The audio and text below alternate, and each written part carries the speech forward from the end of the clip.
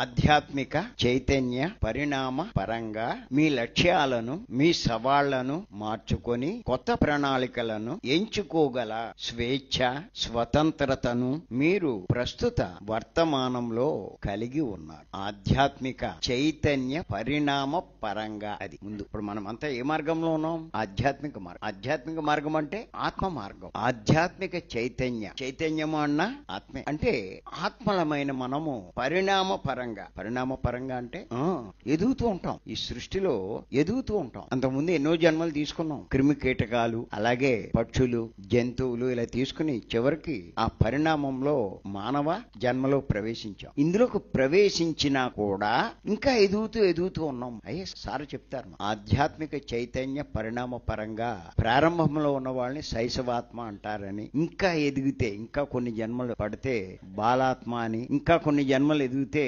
యువాత్మ అని, ఇంకా కొన్ని జన్మలు ఎదిగితే ప్రౌఢాత్మ అని, ఇంకా కొన్ని జన్మలు ఎదిగితే వృద్ధాత్మ అని, ఇంకా కొన్ని జన్మలు ఎదిగితే విముక్తాత్మ అని చెప్పి, ఇంకా ఎదిగితే పూర్ణాత్మ అని చెప్పి పత్రి గారు చెప్పడం జరిగింది. ఇదంతా ఎలా జరుగుతుంది? పరిణామ పరంగా అలా మెల్లిమెల్లిగా ఇన్ని జన్మలు తీసుకుంటే చివరికి ఆ స్థాయికి మనం వెళ్తూ ఉంటాం. ఈ పరిణామ క్రమంలో ఎన్నో జన్మలు మనం తీసుకుంటూ ఎన్నో లక్ష్యాలను మనం ఎంచుకుంటూ ఉంటాం. ఒక్కొక్క జన్మలో ఒక్కొక్క రకమైనటువంటి లక్ష్యాలు ఎంచుకుంటూ ఉంటాం. సవాళ్లను కూడా ఎదుర్కొంటూ ఉంటాం. నేను మొన్న కట్టాలో చెప్పాను, ఎవరైతే ఈ భీమవరం క్లాస్కి వస్తూ ఉంటారో వాళ్ళంతా కూడా విముక్తాత్మ స్థితిలో ఉన్నవాళ్ళు, చివరి జన్మల్లో ఉన్నవాళ్ళు. ఈ ఆత్మ గురించి, ఆత్మజ్ఞానం గురించి అర్థం చేసుకోగల శక్తి వాళ్ళకే ఉంది. బయట ఇంకా మిగతా వాళ్ళంతా దీని మీద అంత ఆసక్తి చూపించారు. ఎంతసేపు వాళ్ళకి దేహ లాభాలు కావాలి, మనోలాభాలు కావాలి. దేహ లాభాలంటే ఆరోగ్యం, ఇవన్నీ కావాలి, డబ్బు ఇవన్నీ కావాలి. మనోపరంగా అంటే